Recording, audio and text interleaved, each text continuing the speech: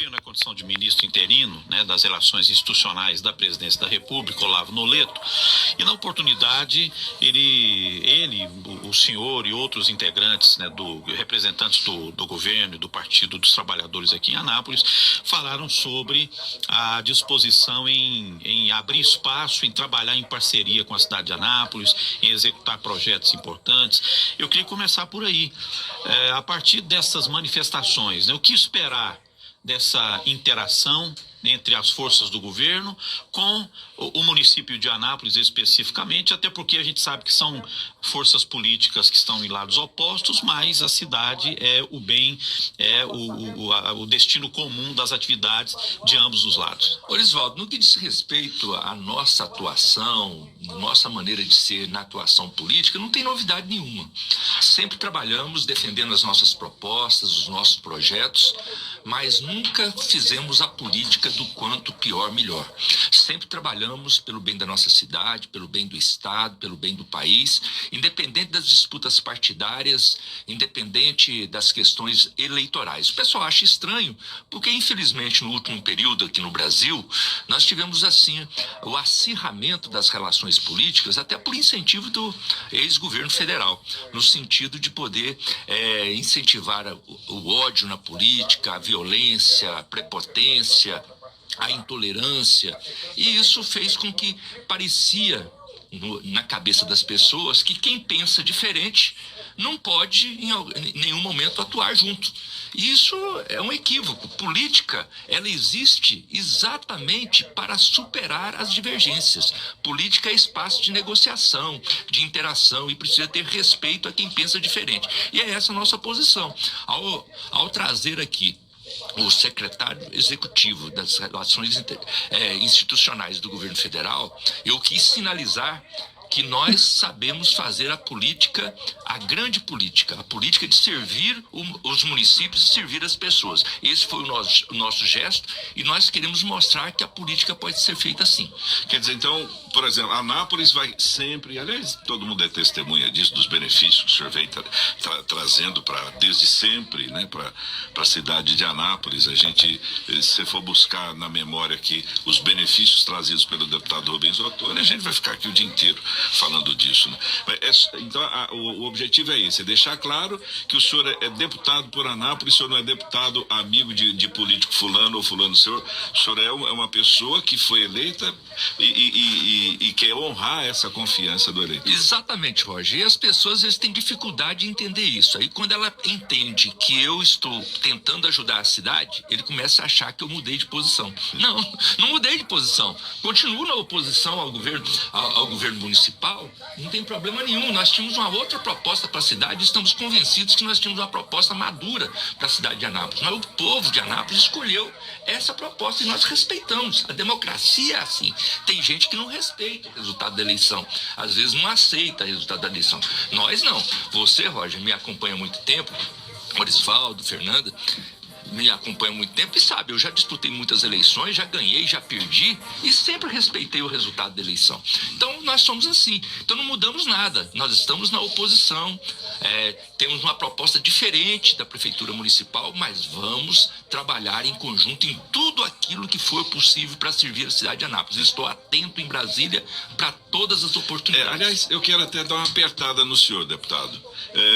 Quais são as prioridades que o senhor vê para Anápolis, que o senhor tem lutado recentemente para carrear recursos para o município de Anápolis? Essa não foi combinada. Porque a questão da saúde e da educação, ela está sempre presente hoje. Saúde e educação sempre presente. E eu costumo dizer, nesses dois setores, todo recurso que nós pudermos buscar para os municípios ainda é pouco. E aqui em Anápolis não é diferente. Então, trabalharmos na saúde, trabalharmos na educação, eu estou muito atento a isso em Brasília. Agora, precisa ter gestão. Não adianta ter recursos se não tiver o caminho correto da gestão. Isso é que nós vamos acompanhar de perto também. Aí se você me perguntar, mas está errado? Não deu tempo ainda para poder avaliar. Eu preciso ser coerente, eu preciso dar um tempo para que o pessoal possa se organizar. Agora, eu vou acompanhar de perto. Esse é meu trabalho de um partido que é da oposição. Agora, por ser oposição aqui, eu não vou deixar de estar atento em Brasília para os recursos, por exemplo, do Programa de Aceleração do Crescimento, que é o PAC, o novo PAC. nós já conseguimos selecionar recursos importantes para a cidade de Anápolis. Nós anunciamos isso ao prefeito no dia que nós fizemos a visita a ele, para podermos, a prefeitura, poder estar atenta, tanto na área da saúde quanto na área da educação, para não perder os prazos, para poder cumprir com as determinações da burocracia entre o município e o governo federal, para que esses recursos efetivamente eles cheguem ao município. Mas nós já temos selecionado na área da educação uma creche e mais uma escola de tempo integral. Isso para esse período de 2025 e 2026. Na área da saúde, nós temos 2 unidades básicas de saúde e uma policlínica. Então, na área da saúde e da educação, nós já temos recursos previstos e que, digamos assim, já está na prateleira da prefeitura para que ela possa, cumprindo as exigências, possam acessar esses recursos.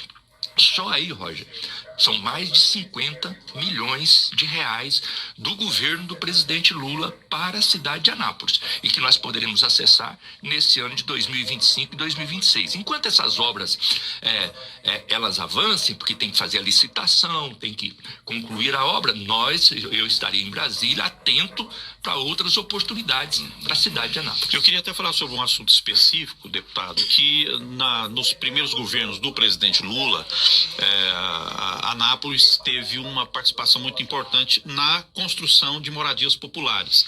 Há um compromisso do prefeito Márcio Correia de voltar a construir moradias populares na cidade.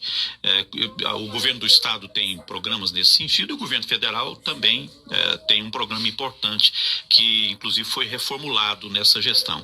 É possível essa intermediação, é possível trabalhar essa situação em conjunto para que o governo federal, o governo do estado e o município estejam juntos para voltar a construir moradias em Anápolis? Claro que sim, mas veja a curiosidade, Orisvaldo, né? O prefeito municipal que fez toda a sua campanha fazendo questão de estar unido com a proposta do ex-presidente da República, coloca como prioridade a questão da moradia na cidade de Anápolis, que eu acho que é uma questão muito importante. Mas quem parou de fazer moradia na cidade de Anápolis, não foi só na cidade de Anápolis, foi no Brasil inteiro, foi o governo federal anterior, que ele fez questão de colocar como referência da sua campanha. O programa Minha Casa Minha Vida foi um programa criado pelo presidente Lula. E, infelizmente, no governo federal anterior, eles acabaram praticamente com o programa Minha Casa Minha Vida, criaram o programa Casa Verde e Amarela, que não fez casa nem verde, nem amarela, nem em Anápolis, nem no Brasil inteiro. Agora, com a volta do presidente Lula, voltou o programa Minha Casa Minha Vida. Com a volta do programa Minha Casa Minha Vida, só para a gente ter ideia, só com o recurso do FGTS, em Anápolis, 2023, 2024, nós já construímos mais de 3 mil contratos do Minha Casa Minha Vida em Anápolis. Minha Casa Minha Vida pelo FGTS. Então, essa pergunta que você me faz e que a administração municipal eu avalio de maneira correta, está colocando a moradia como prioridade, terá todo o nosso apoio. E a Caixa Econômica Federal já está trabalhando nesse sentido para atender o melhor possível a nossa cidade. Precisa ter o interesse, precisa ver a prefeitura fazer a sua parte, cumprir as exigências, mas nós temos todas as condições e estarei em Brasília atento para que esses recursos sejam disponibilizados, não apenas para a cidade de Anápolis, mas para todo o estado de Goiás. O senhor tem informação sobre o que aconteceu que definiram por fechar a agência dos Correios do DAIA? Olha, essa questão a questão do Correio, nós estamos dialogando desde o ano passado para que a gente possa ter uma saída que seja de interesse da cidade de Anápolis e daquilo que nós pensamos para o estado de Goiás. Essas tratativas ainda estão sendo feitas, não estão definidas ainda. Inclusive, tive uma reunião em Brasília no início do mês de janeiro e aí ficamos de poder conversar agora em fevereiro para buscarmos uma saída. Nós estamos ainda numa fase de debate, de ver como podemos fazer para poder, no meu entendimento, eu estou trabalhando para podermos viabilizar o projeto anterior, onde não apenas a agência, mas também o centro de distribuição. Porque a agência era um suporte para a construção do centro. Então, quando você perde a agência, fica aquela ideia, poxa, você perde a agência, você perde aquela referência que era para a construção do centro de distribuição. Essa possibilidade, então, não está descartada. Está ainda em debate, está em discussão, nós estamos tentando ver qual a melhor maneira de contornar essa situação. E aquela agência lá do DAIA é um suporte muito grande para as indústrias, né? Eu acho que estrategicamente ela está no lugar perfeito. Com certeza, muito importante ali para poder agilizar o serviço de todo um potencial econômico que nós temos na cidade de Anápolis. Eu queria insistir um pouquinho nas casas. O senhor falou da Caixa Econômica e me parece que na última vez que a gente falou sobre esse assunto, o assunto da Caixa veio à tona, dando conta de que não tem recursos ou que diminuiu a quantidade de financiamentos. Tem alguma coisa nesse sentido? Não, nós estamos aumentando, né? Acabei de falar aqui, no governo anterior, há 2 anos atrás, não tinha recurso nenhum. Aliás, não tinha nem o programa Minha Casa Minha Vida, né? E nesses 2 anos, nós já fizemos mais de 3 mil moradias contratadas em Anápolis. Então, nós estamos num crescimento. Saímos do nada, já em 2023, 2024, e agora queremos fazer mais ainda. Essas moradias contratadas, elas já foram construídas, deputado? Estão sendo construídas. Estão em construção. Porque existem contratos, existe a possibilidade do Minha Casa Minha Vida com contratos individuais. As pessoas fazem os contratos individuais e vão fazendo suas moradias. Então, recurso liberado pelo governo federal através da Caixa Econômica Federal, o programa Minha Casa Minha Vida. Vamos relembrar então como é que é o programa Minha Casa Minha Vida. O programa Minha Casa Minha Vida, ele tem vários, tem várias fases e tem vários estilos. Você tem um programa Minha Casa Minha Vida, que é o programa onde você dá a casa de graça para aqueles que estão em situação de vulnerabilidade, salário, renda familiar de 1,5 salário. Mas você tem outras faixas do Minha Casa Minha Vida que possibilita o acesso das pessoas com ele pagando uma parte deste recurso. Isso facilita para podermos atender a mais pessoas e podermos fazer mais moradinhas. É aí que entra faixa 1, faixa 2, faixa 3. Essas faixas são valores que a Caixa Econômica Federal coloca como valores onde a pessoa pode acessar até tantos salários, até tantos R$1.000 de renda. Aí, com aquela renda, ele pode acessar o programa Minha Casa Minha Vida, mas pagando uma taxa maior. E no final, todos os municípios acessam isso, porque os valores são muito baixos e facilitam para que os municípios acessem as moradias populares. Aqui no início da nossa conversa, o senhor falou que já se reuniu com o prefeito Márcio Correia e sinalizou alguns projetos, algumas emendas, valores que já estão encaminhados para a cidade. No tocante ao relacionamento, o senhor sempre fala sobre o diálogo, mas nessa conversa, o que mais a gente pode destacar dessa parceria entre o Executivo e o mandato do senhor em Brasília? Na realidade, esse diálogo que eu me referi foi o da visita com o secretário executivo das Relações Institucionais, que naquela reunião na prefeitura, nós fizemos questão de destacar o que já estava disponível pelo governo federal e nos colocamos à disposição para, eventualmente, podermos fazer outras reuniões, outras conversas. É natural que o prefeito ainda esteja nessa fase de organização do seu trabalho e muito envolvido com o planejamento e com as tarefas imediatas. Mas eu tenho absoluta certeza que quando ele tiver necessidade, e ele poderá nos acessar e nós estaremos à disposição. Agora, com o início dos trabalhos na Câmara Municipal, eu também farei uma visita na próxima semana à Câmara Municipal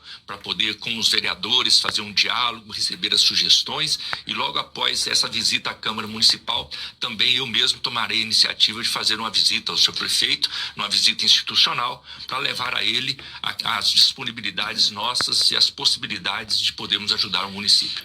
8h20, vamos para o intervalo, a gente volta já continuando essa conversa aqui com o deputado federal Rubens Ottoni, daqui a pouquinho. Você está ouvindo Atualidades Manchester, as notícias de Anápolis, com a credibilidade para levar até você tudo o que acontece na nossa cidade. Atualidades Manchester, Manchester FM.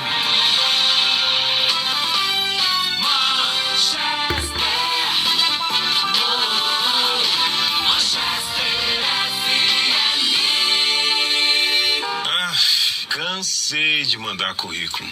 Eu queria que as empresas reconhecessem o meu valor, sabe? Então, amigo, quer ser disputado no mercado? Faz um curso técnico no Senai, o maior complexo de educação profissional da América Latina, com quase 90% de empregabilidade. Tem química, eletrotécnica, segurança do trabalho e muito mais.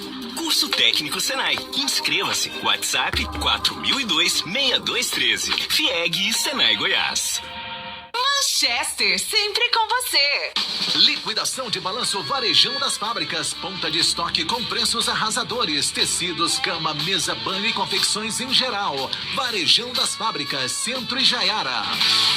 A Saneago pede desculpas à população de Anápolis pelos transtornos dos últimos dias. As fortes chuvas que atingiram a cidade carregaram terra e matéria orgânica para o sistema, alterando os padrões da água que é distribuída à população. Para solucionar a questão com a maior agilidade possível, foi formada a força-tarefa de limpeza da estação de tratamento de água e das redes de distribuição, com novas dosagens no tratamento e substituição de equipamentos. Além disso, será instalado de forma emergencial um novo módulo na estação de tratamento que reforçará o sistema. E estão na reta final as obras de ampliação da estação de tratamento convencional, que dobrará a capacidade de tratamento de água de Anápolis, impedindo que problemas voltem a acontecer. Nos últimos 6 anos, a Saneago e o governo de Goiás investiram mais de 267 milhões de reais no saneamento de Anápolis. Com isso, mesmo enfrentando a pior seca dos últimos 44 anos, Anápolis não sofre mais falta de água como ocorria no passado. A Saneago e o governo de Goiás agradecem a compreensão e reafirmam o compromisso com a população anapolina. Manchester FM. Manchester. Siga nosso Instagram, @Manchester93FM. Você está ouvindo Atualidades Manchester. As notícias de Anápolis. Com a credibilidade para levar até você tudo o que acontece na nossa cidade. Atualidades Manchester. Manchester FM.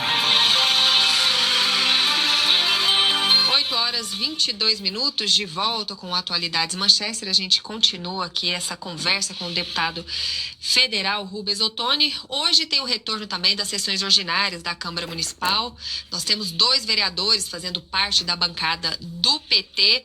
Como é que o senhor avalia, então, e a expectativa também em relação ao trabalho que os parlamentares vão fazer ali no Legislativo? O PT permanece como um partido de oposição à gestão. Com certeza, o PT está no lugar onde o povo nos colocou. Não somos nós que escolhemos. Nós gostaríamos de estar na situação. Nós gostaríamos de estar governando a cidade. A população nos colocou na oposição. E aí nós vamos ficar e vamos tentar fazer o melhor possível onde a população nos coloca. É assim a democracia, né? Eu respeito a democracia e vamos trabalhar assim, o PT também. Estamos muito orgulhosos da nossa representação na Câmara Municipal.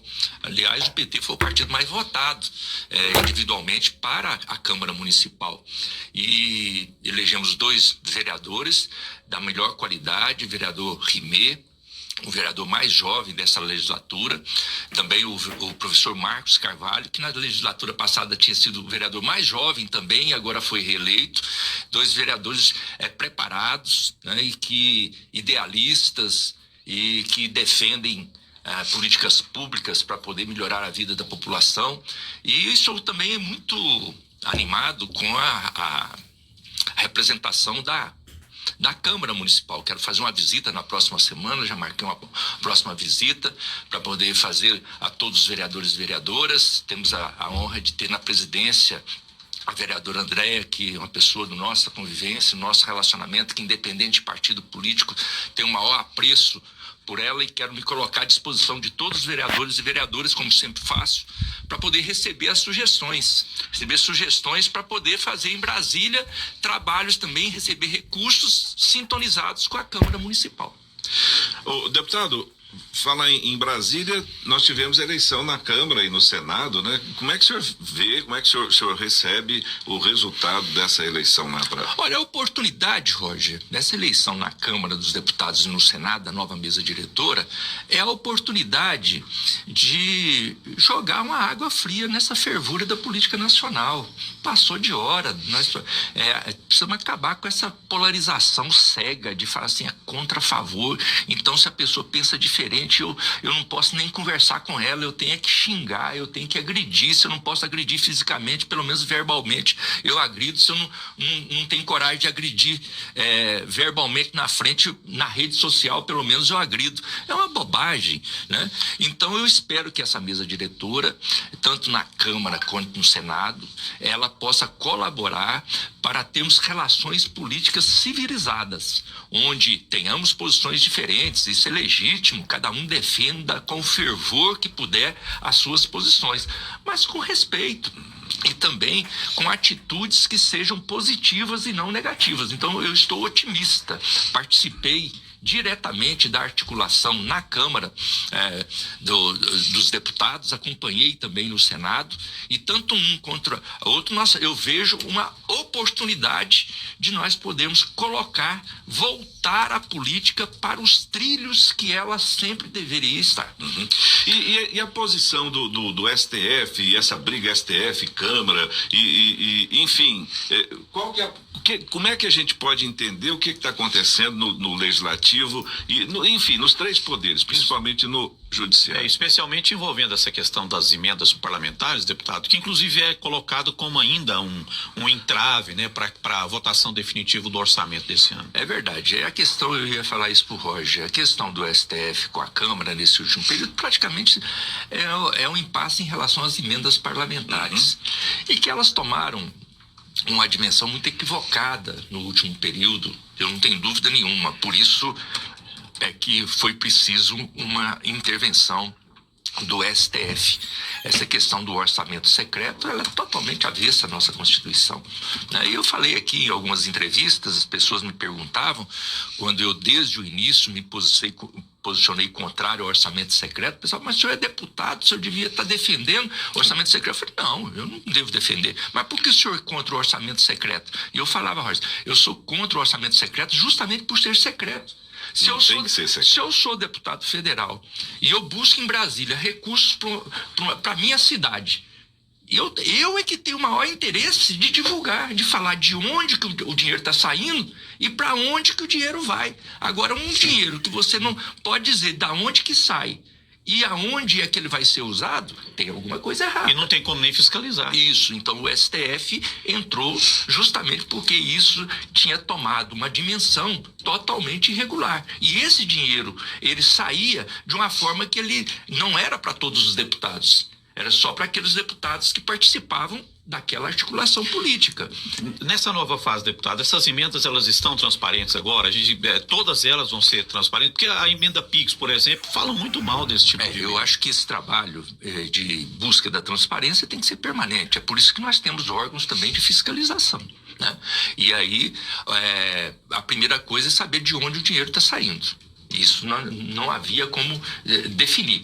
Agora, nós temos, mas tem emenda que aí o prefeito pode usar em que ele quiser. Pode. A emenda PIX, o pessoal fala emenda PIX, que é, na verdade, a emenda de transferência especial. A transferência especial é aquela transferência que eu, deputado, eu coloco R$100 mil para o município, eu posso colocar R$100 mil, ele vai para a educação para comprar livro. Então, já está definido. Agora, a emenda que o pessoal chama PIX, transferência especial, eu mando 100 mil para o município e o município pode usar aqueles 100 mil em que ele quiser. Agora, só que tem que prestar conta. Prestar conta ele tem que prestar. Quer dizer, então, a emenda PIX não fica sem uma prestação. Não fica sem prestação. A diferença dela é que ela chega no município e o prefeito tem direito de falar assim, não, eu conheço a minha realidade aqui, eu sei aonde que é prioritário, o que é uma coisa legítima. Então eu não vejo essa emenda de transferência especial como um problema. Haverá problema se não houvesse a prestação de contas. Então essa é a diferença da emenda. Então a questão, respondendo aqui, terminando a resposta, Roger, então a questão do STF, eu vejo que ele veio de maneira positiva para poder também voltar para os trilhos a questão das emendas parlamentares, para que elas possam cumprir o papel. Emenda parlamentar é legítima, mas não tem sentido emenda parlamentar sem você saber. Por exemplo, Anápolis, nós passamos 4 anos, vou dar um exemplo de Anápolis, passamos 4 anos aqui em Anápolis falando milhões e milhões e milhões de reais de emendas parlamentares para Anápolis. O pessoal chegava deputado aqui, federal, falava 40 milhões, 30 milhões. Qual a obra que foi construída em Anápolis? Nos últimos 4 anos da administração anterior, qual a obra efetiva com emenda parlamentar que foi construída? Então, essa coisa precisa aparecer. Então, se tem o recurso, eu falei aqui, cerca de 50 milhões de reais do governo federal. É para a escola de tempo integral, para uma creche, para 2 unidades básicas de saúde e para uma policlínica. O dinheiro tem que vir e essas obras têm que aparecer. Então é assim que tem que acontecer com o dinheiro público. E por que eu fiz essa pergunta, deputado? É porque o seguinte, é porque a gente entenda, o senhor é dos parlamentares mais transparentes que eu conheço, né? Então não está havendo ingerência de um poder em outro, interferência danosa, insalubre no eu não vou dizer que não exista interferência, porque sempre tem exageros de parte a parte. Então, às vezes também, para combater às vezes uma irregularidade, uma coisa que deve ser questionada, às vezes também se exagera na dose. Então, tudo isso faz parte da democracia também. É a questão de respeito aos poderes, a interação entre os poderes, está previsto na Constituição. Então, você tem que sempre mediar.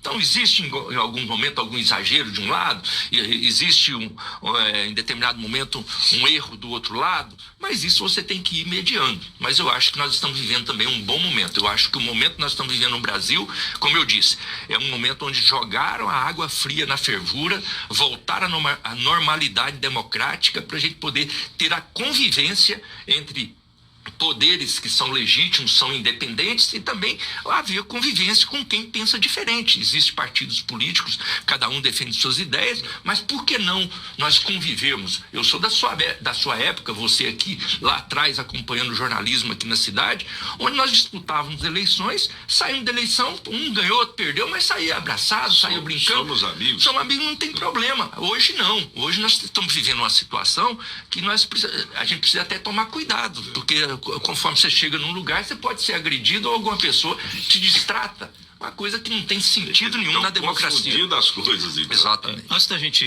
falar sobre a questão das emendas que o senhor tem prevista para a cidade para esse ano, deputado, eu queria ouvir também sobre uma outra situação que o senhor tem acompanhado já há algum tempo, que é a questão do aeroporto de cargas de Anápolis. O governo do estado não conseguiu materializar esse aeroporto, transferiu o aeroporto para a Infraero. Que dentro dessa perspectiva teria a atribuição de instalação desse aeroporto de cargas.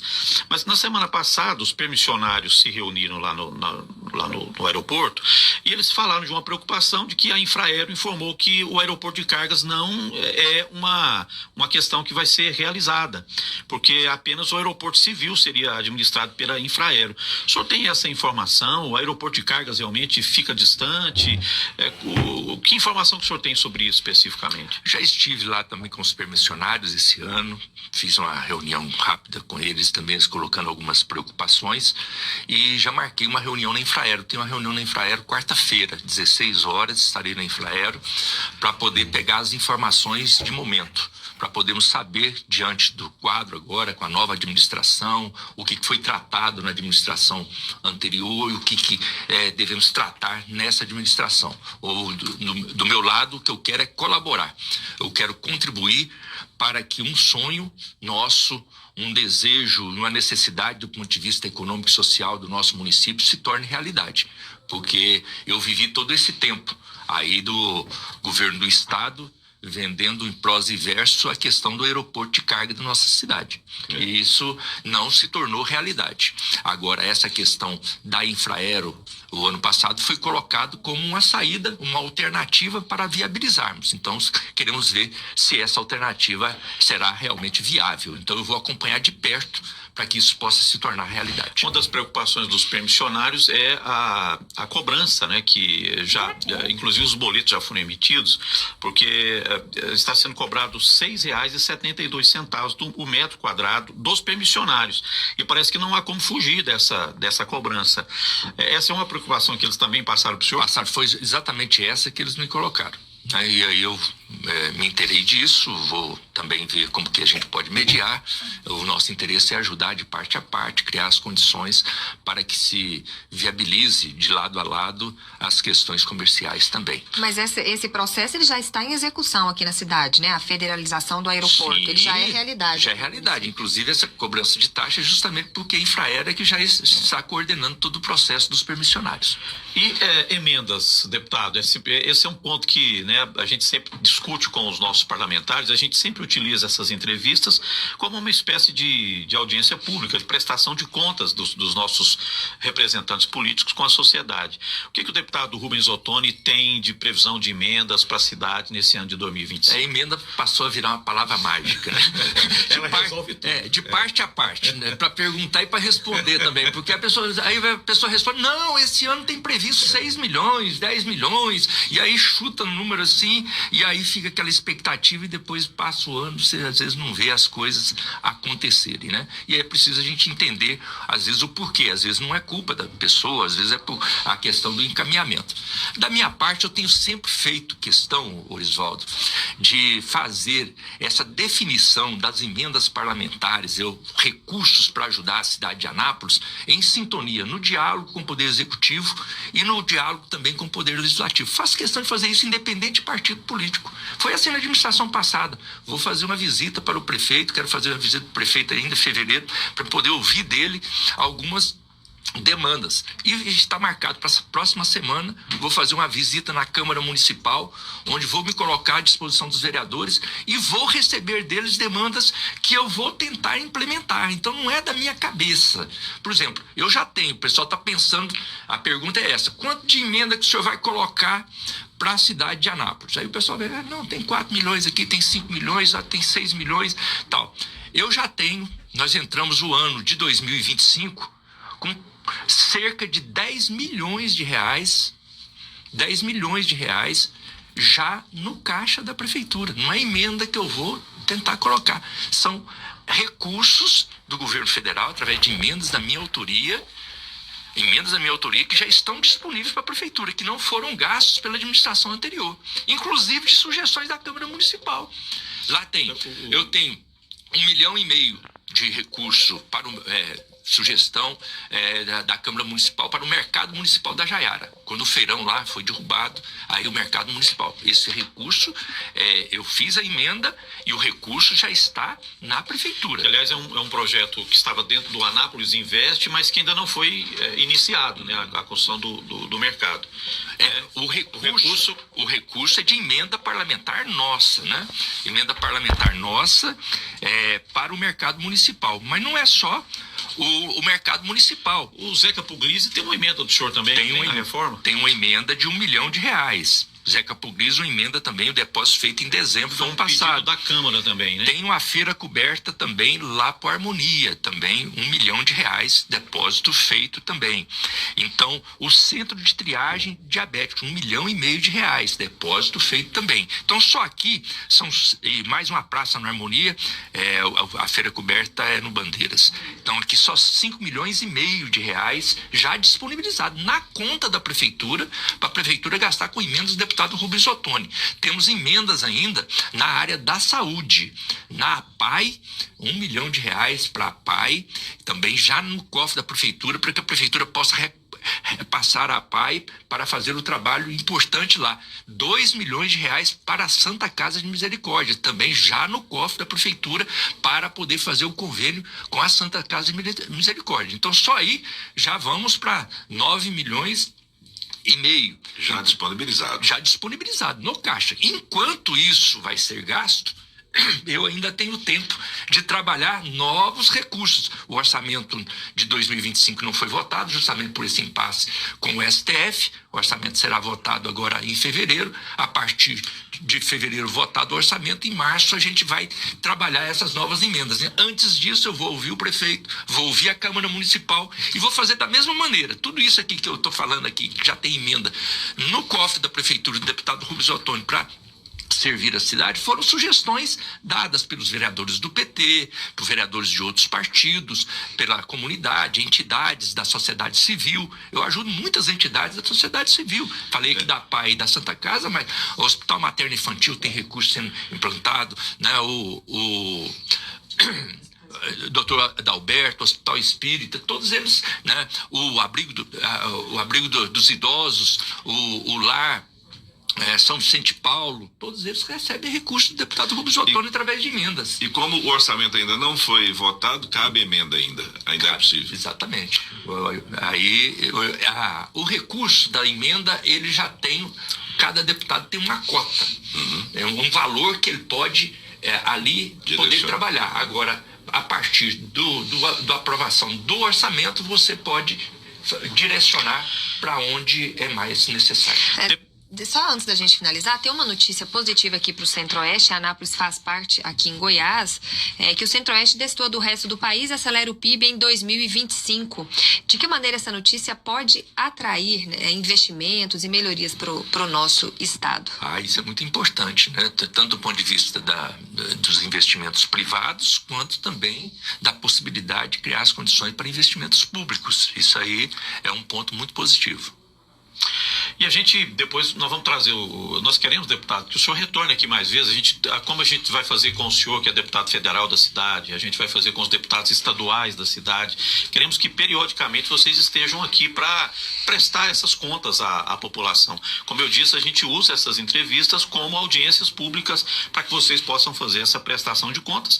E a sociedade, ao mesmo tempo, encaminhar suas demandas, as cobranças, as críticas necessárias para o trabalho de vocês. Exatamente. Por hora, muito obrigado pela presença aqui, deputado. Eu que agradeço a oportunidade, fico muito feliz com essa possibilidade aqui de estar sempre presente com vocês, para prestar contas, para ouvir as críticas, para receber os questionamentos da comunidade. Tudo isso serve de referência para mim, para que lá em Brasília eu possa cada vez mais aprimorar o meu trabalho. Um grande abraço a vocês e todos os ouvintes. E eu quero agradecer aqui a presença, né, sempre muito valiosa para a gente, da ex-vereadora, professora Geli, está aqui com a gente, lá da Pestalozzi, não é? E aqui assessorando também o deputado Rubens Ottoni. Muito obrigado pela presença aqui, viu, Geli? Sempre bom reencontrar com a professora Geli.